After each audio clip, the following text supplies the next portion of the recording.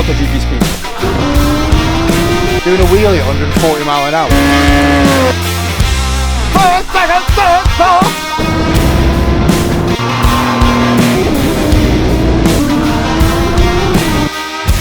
That is so fast, isn't it? So it's SuperBusa time yet again. We've made some serious mods. Last meeting, we went to Santa Pod, run what you brung. Went there half cocked, didn't have the mapping right on the engine. We changed the fuel. Dyno wasn't working, so I gambled on the engine mapping, didn't get it right. New quick shifter, electric quick shifter, didn't get that installed in the right way, so that didn't work properly. So all in all, bit of a disaster.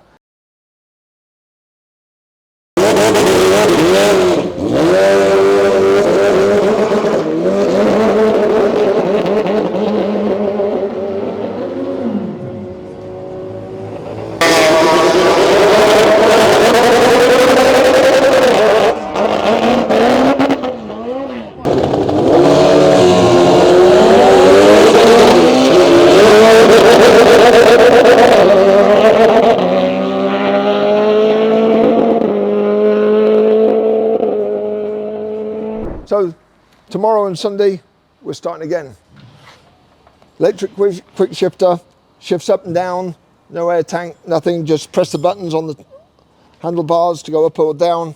It's as quick as air shifter, but still keeps it really, really as a street bike.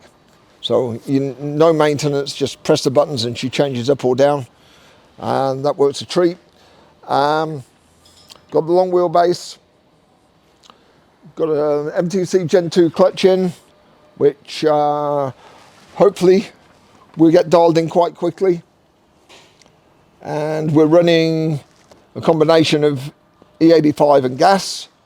I couldn't run all E85 because the fuel system isn't man enough for it. So that was going to come in a month or two when I get the time to put a new fuel system in. You can say it's still a street bike because E85 is available at the pumps everywhere but in the UK. Because we're stupid here, we can have the gift from God all over Europe, all in the States, forced induction E85, made in heaven, and we can't get it at the pumps in the UK. How stupid is that? So anyway, we're going to run E85, but this weekend, we're only running 20% E85. But it made a difference. The motor's on song. We got some really good power, and she sounds really sharp. So yeah, can't wait to get up the track tomorrow.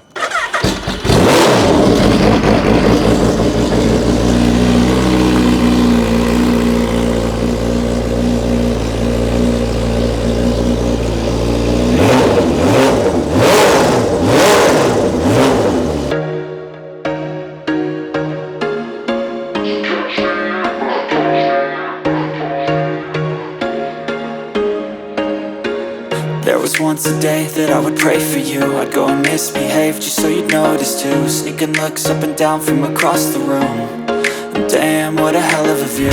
I feel good, you look great, I like you, I can't wait. A first time, a first date, you're so fine, I'm so late. You sip wine, I drink straight, don't waste time to my place. I feel my heart erase, so catch me if I fall.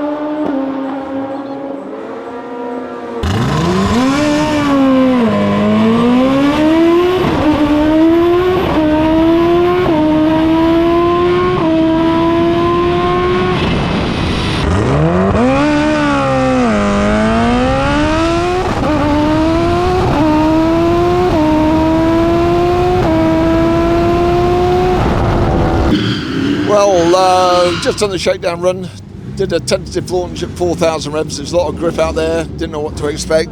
4,000 revs was just way too low. It just bogged and didn't pull out of it very quickly. But once you got going, she was pulling in hard and the electric shifter was working a treat. So up in the launch to 6,000 RPM, see what happens this time. Just build up gently and slowly and see where we get to. Got all day today and all day tomorrow. Yes. You're the ZX14 guy Yes. who wanted the supercharger, and we're going to do one now. Yeah. We have a we have a ZX14 in the shop In the shop, yeah. for supercharging. Yeah. So give me a couple of months, Yeah. we'll have a supercharger for you. Yes, man. Yeah. Nice bike to do the supercharger. Yeah, perfect. Yeah. Yeah. Is that a 1441 Yeah. No. or a 13? 17. It's 17. 2017. So it's a 1441 engine. Yes. Yeah. Yes. Yeah. So that's perfect. Yeah. Yeah. So we'll give you 400 horsepower. Yeah. Yeah. A lot of power. Yeah. 400 horsepower, I think. Yeah. Yeah. Man. Yeah. Make you smile.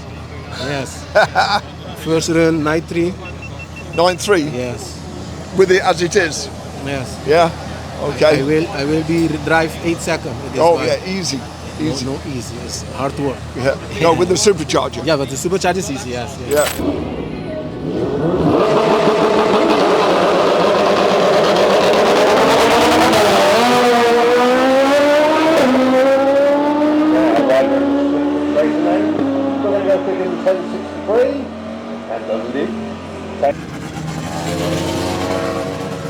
Okay, so we've done a couple of runs, and what's plainly obvious is that the launch control is staying on even though the clutch is fully released. And it's only when I change to second gear does it come away from the launch control and the revs rise. Don't know what to do to get over that. It's something to do with the Woolwich software. I'll probably have to go back to them, so I'm going to have to run without launch control. I'm just going to have to hold the revs, dump the clutch and open the throttle at the same time. See what happens. Just going to make the amount of electronic throttle valve opening more aggressive in first and second, and do that at the same time. So hey ho, we'll see what happens. Even though we just did a 10-second quarter mile because it just bogged off the line, still did my fastest terminal at 167. So there's potential in there. We'll keep plugging away as the day goes on.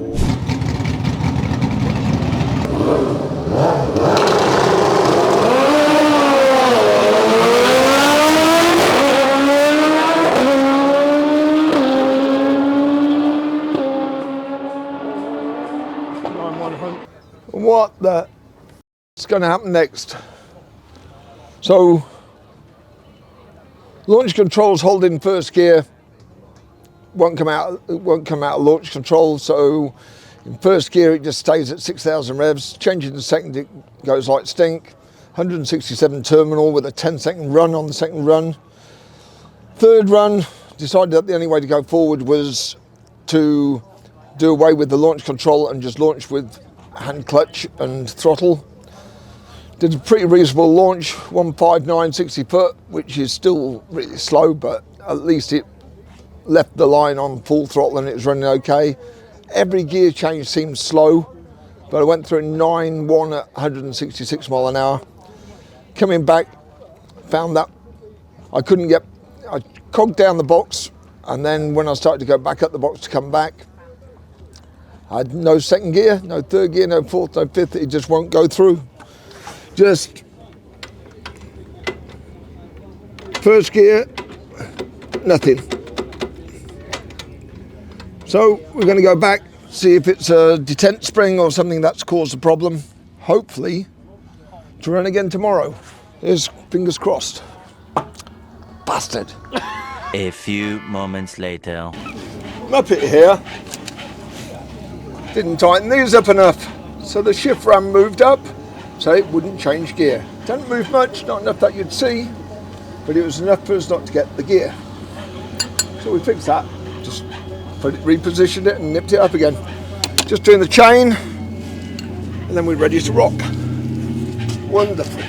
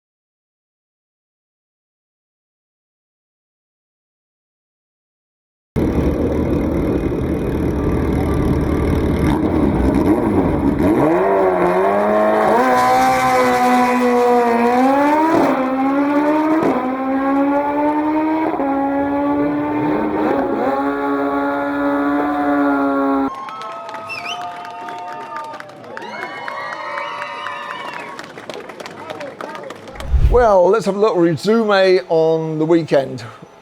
Runway Brung Saturday, Jap shows Sunday, enabled us to race 2 weekends.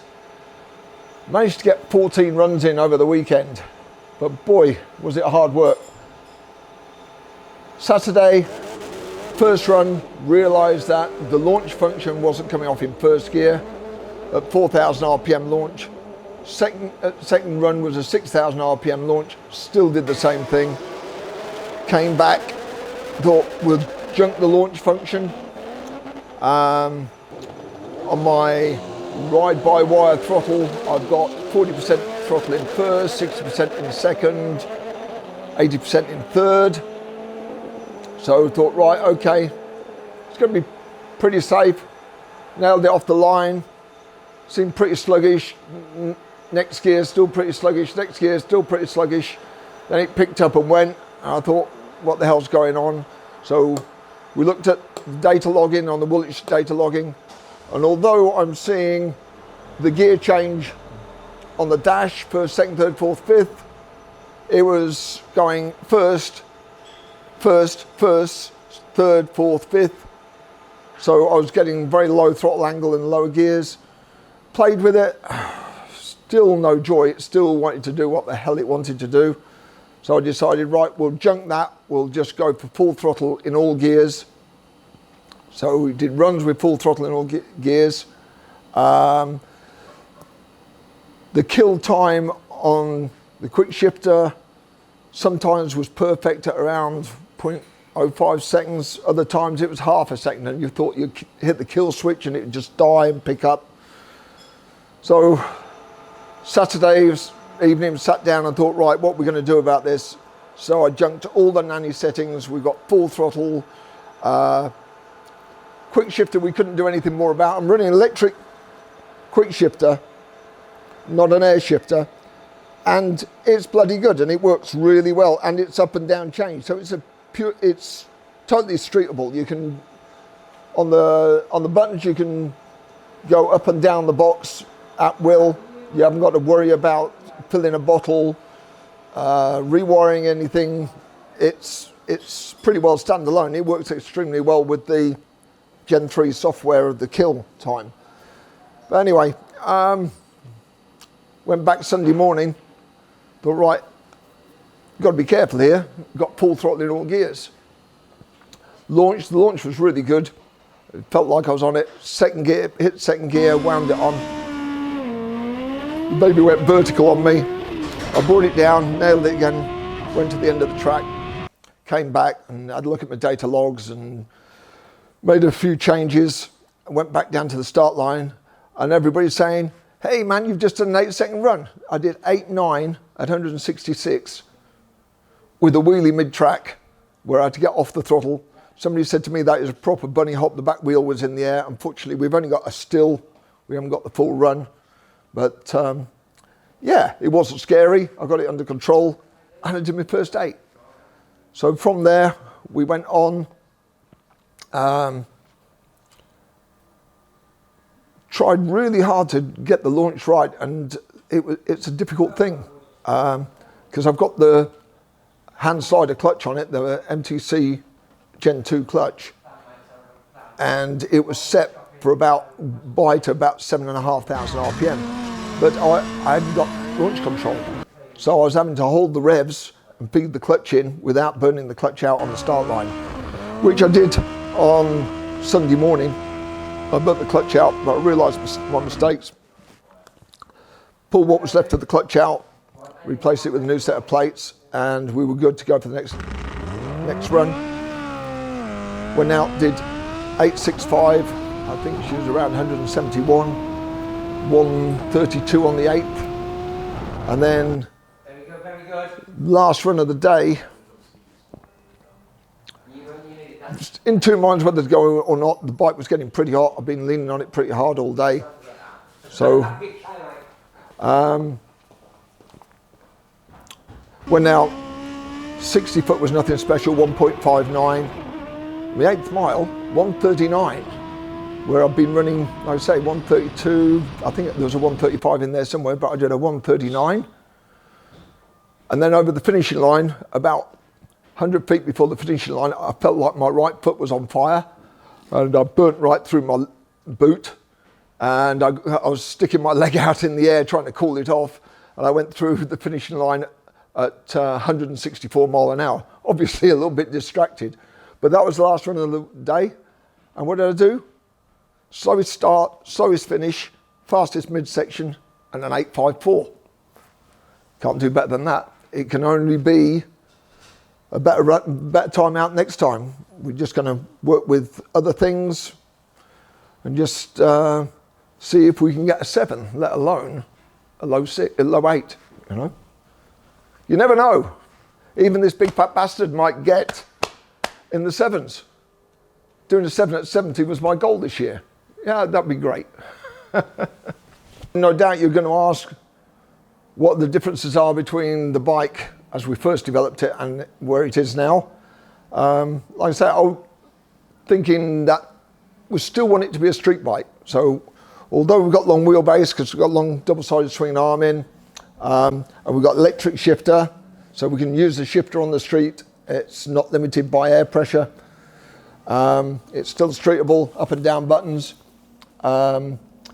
And I wanted to run E85 because E85 is on the streets everywhere but in the UK. So, you know, you guys in the States got E85 and you can run that. So I thought I'd do that. But my fuel system is still running factory injectors, factory fuel pump, and that's got its limitations. We get round some of those limitations because we've decapped the injectors and we're running the fuel pump at 18 volts, so it pumps a lot more pressure, a lot more flow, and we've squeezed up the regulator, the factory regulator, so we're running at 5 bar fuel pressure instead of 3 or 3.5.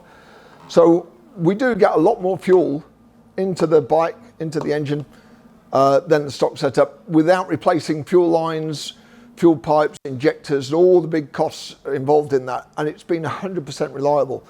So when I was on the dyno last week, I was seeing how much E85 we could run without running into lean problems through not having enough capacity in the system. And it turned out we can just about get away with 20% E85. So around 20% E85 with a mix of 80% C16. So good gas, really good gas. And we could put a lot more ignition timing in, putting a load more timing in over what we run in the street. So we were putting like 8, 9 degrees more timing in. Was really worthwhile, and this bike is now producing well over 450 horsepower, so that makes a difference. It just shows the potential of just the basic SuperBusa setup. It's very versatile and you can have a lot of fun. If you know, we're an 8.5 and a best run of 173 mile an hour, and we're only scratching the surface. I know that if I took my best 60 foot, we'd be down at 839. So there's that, and you know, I've just got to get used to riding the bike. It's still very tall, it's just as much ground clearance as stock.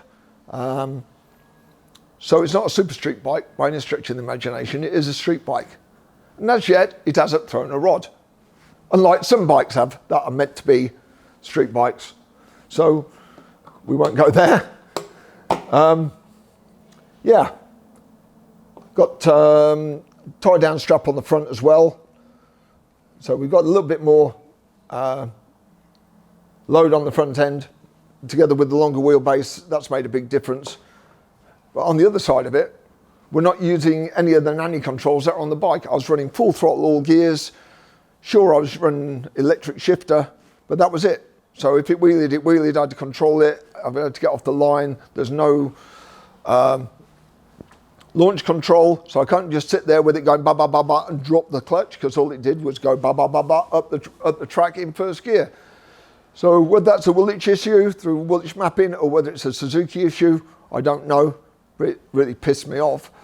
But we've got to get over that for next time, because I don't want to be risking frying the clutch, because I've got too much controlling to do to get off the line. And not only that, I want to see how quick I can get off the line. You know, 146 60 foot, is, are they breaking any records? I know there's some guys out there on stock bikes can do 146 60 foots, you know. So there's a lot more to learn, but every time we go out there, we're getting faster and more consistent, and we're fighting the fires and getting round issues. Yeah, I can only see that the future's rosy for the bike, and we're going to have some fun this summer. Okay, so this is the data log of the first run on Saturday morning. You can see here we're in first gear.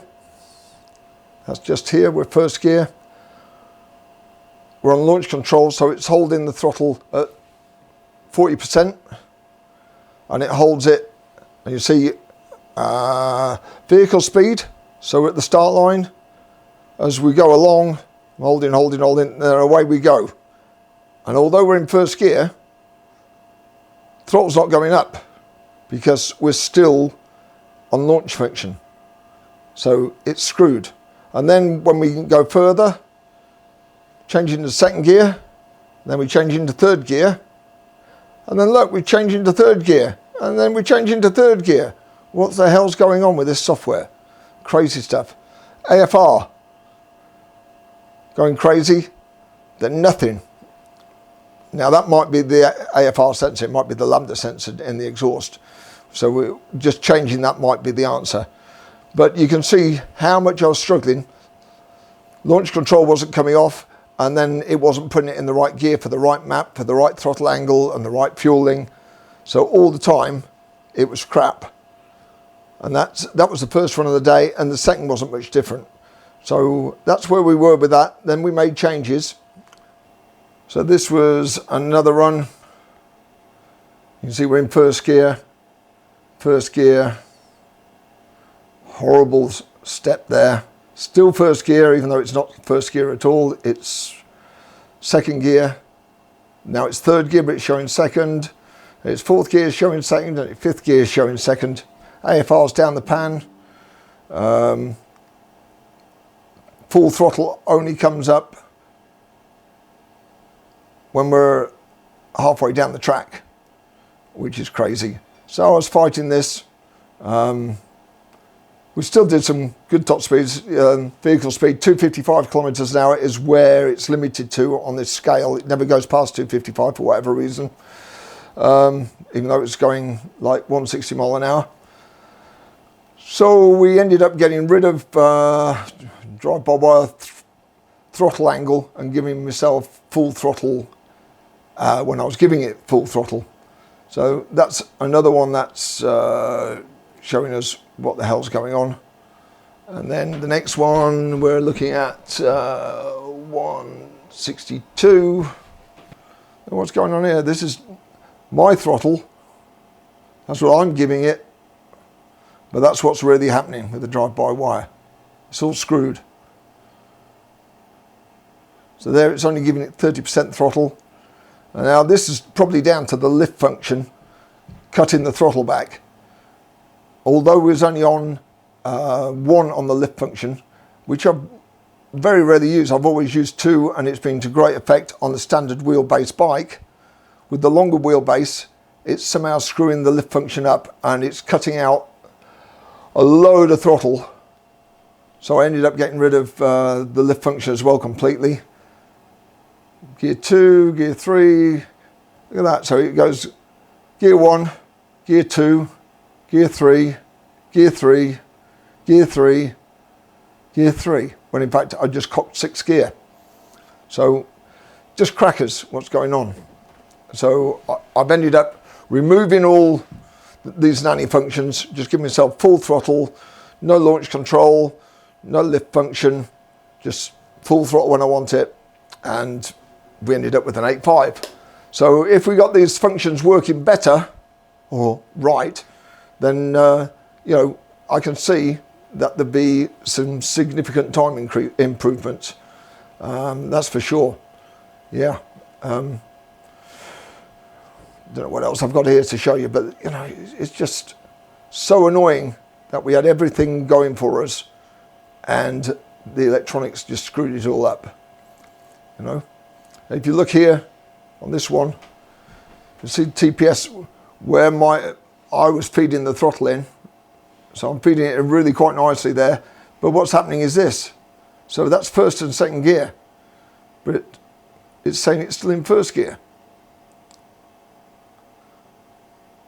So a lot of it is just screwed up. So virtually the whole of Saturday was screwed up by electronics. Sunday was a much better day when we got rid of everything. And we look forward to going back with hopefully some good things going on. Don't forget to like and subscribe, and we'll see you at the track next time.